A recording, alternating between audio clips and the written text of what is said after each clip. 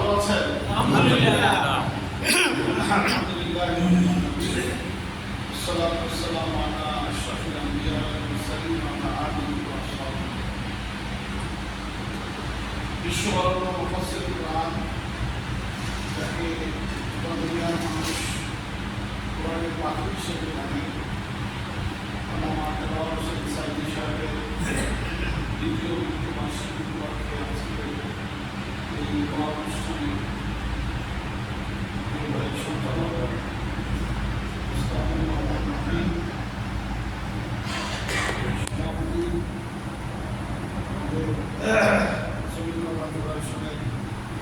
সঞ্চালক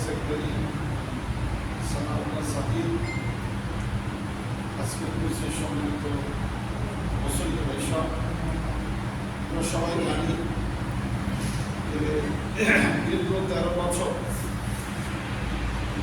পৃথিবীর ইতিহাসের সবচেয়ে মিথ্যা অভিযোগী যে ব্যক্তি তার জীবনে 50টি বছর একটানা কোরআনের তাফসীর করেছেন, সেই আমাদের প্রিয় আল্লামা দেওয়ার হোসেন সাঈদী সাহেবের ফ্যাসিস্ট সরকার কারাবন্দিত করেছে।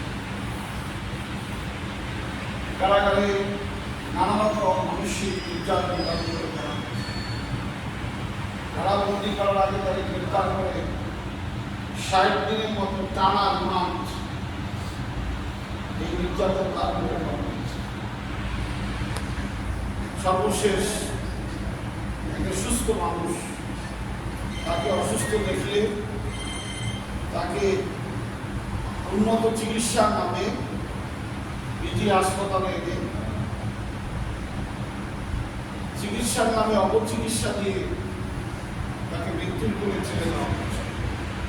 তিনি গত বছর আগের বছর 14 আগস্ট মাগরিবের পর তাকে হাসপাতালে মৃত্যু ঘোষণা করে সাঈদী সাহেব, আমরা তাকে কাছ থেকে দেখা একজন আল্লাহর উপর তাওয়াক্কুল করে আল্লাহ নির্ভর একজন মানুষ। কোরআনের তাফসীর দেশে বহু আগে চলমান ছিল, কিন্তু কোরআনের তাফসীর, কোরআন যে মানুষের একটা জীবন ব্যবস্থা, কোরআন দিয়ে যে সমাজ পরিচালনা করা যায়, রাষ্ট্র পরিচালনা করতে হয়, কোরআনের ফৌজদারি বিধি শাস্তির বিধান আছে, কোরআনের অর্থ ব্যবস্থা আছে, কোরআনের সমাজ ব্যবস্থা আছে, কোরআনের রাজনীতি আছে, কোরআনের এই যাবতীয় বিষয়গুলোকে মানুষের সামনে সাঈদী সাহেবের আগে কেউ কোনোদিন উপস্থাপন করতে পারেন। তিনি অত্যন্ত চমৎকারভাবে সুন্দর করে মানুষকে বুঝাই কোরআন কেন আল্লাহ নাযিল করেছেন, কোরআন কি ওই জুজদারে রাখার জন্য আর সমাজে প্রতিষ্ঠার জন্য।